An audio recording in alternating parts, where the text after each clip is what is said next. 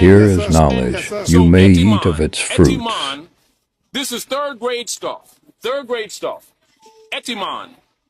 Etimon is to a word what atom is to the building block of anything else.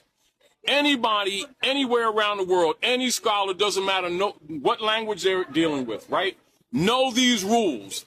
These rules are not taught to our people because we've held to servitude caste. The language that we usually use is called connotative linguistics, which is introduced into societies where people are held to servitude so that their own language traps them. Exactly. That's Do you understand? what I'm talking about. Now, and I agree. So it's important to this is why I'm telling you, the reason why I say Oxford, because all scholars around the world, they have all the dictionaries, but they particularly have Oxfords. Now, because Oxfords always by rule go into the Etimon, whereas some of your lighter or cheaper dictionaries will give you classification. Give you classification and will give you bracketed Etimon, but it will be limited. Now listen. Now this is a rule. Now look at this. No. Wait, no. I'm just going to show you. I'm going to show you a simple rule. And this is what we was talking about. Like, I can take a dictionary, an ordinary dictionary, right? Long as a hardcover and before 1960, right? And take a child. As a matter of fact, I could take a child third grader if he's decently educated. They don't have to be smart. Right? And just ask them, how many parts of speech are there? Most adults wouldn't answer, but a child said there are 8 parts of speech. Then we tell the children, what is it that other children learn that our children don't learn that makes our children have the disadvantage? Which is why we talk out of frustration instead of the facts. Because we feel attacked. You understand? Because we're missing a part, right?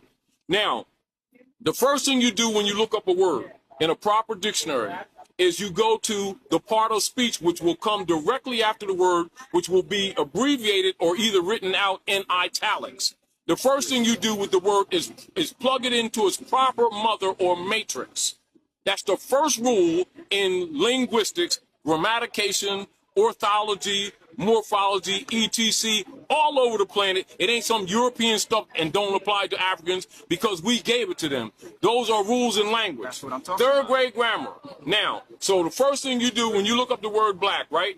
You're going to see right after it is going to have ADJ, which means what? Adjective, which means it's not a noun, which means it's not a person, place, thing. Wait a minute. Not a person, place, thing, or idea. First classification. Then it gives you the etymon right after it in brackets, in square brackets. It'll be OE, which means Old English. Then it'll have derived from, listen first. Let them learn if you're not going to learn. Old High German. And in its original form, it means pale. Okay. Now wait a minute, let me explain. Now scholars, scholars know these things, which is why they have secret societies. And you have people in power positions, whether they're Boule, that means guys on our side, or Europeans that are Blue House Masons or York Masons, etc. They all know these same rules. But the dummies are given belief systems of what you call connotative linguistics. Connotative linguistics is where they introduce what you would call stepchild definitions that in language and contract are absolutely off the mark and will cause failure, but are accepted loosely in communities. But in law and in standing and in contract, you would fail all the time. You understand? Right. Which makes us incompetent.